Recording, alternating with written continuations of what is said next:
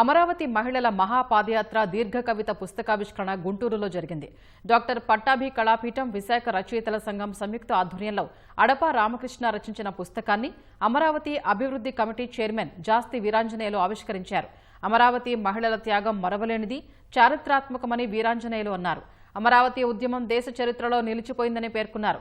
గత ప్రభుత్వం 3 రాజధానుల అంశం తెరమీదకు తెచ్చి రాష్ట్ర ప్రజల మనోభావాన్ని దెబ్బతీయడమే కాకుండా రాష్ట్రాభివృద్ధిని కుంటుపడేలా చేసిందన్నారు.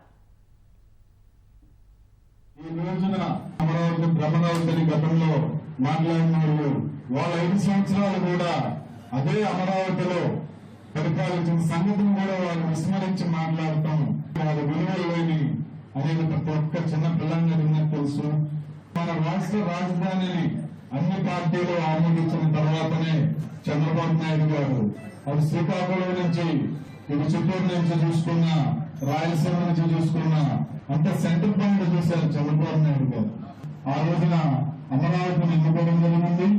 పేరు కూడా పెద్దలు రామోజీరావు గారు కూడా సూచించారు. ఈనాడు గ్రూప్ సంస్థల చైర్మన్ వాళ్ళు సూచించడమే కాదు, చాలా మంది కూడా ప్రతిపాదించారు కూడా. దాన్ని ఆమోదించి అమరావతి పేరు పెట్టడం ఒక చాలా గొప్ప నిర్ణయం. అమరావతి అంటే చరిత్రలో ప్రపంచ స్థాయిలో ఒక పేరు ప్రఖ్యాతులు గల నగరం అది.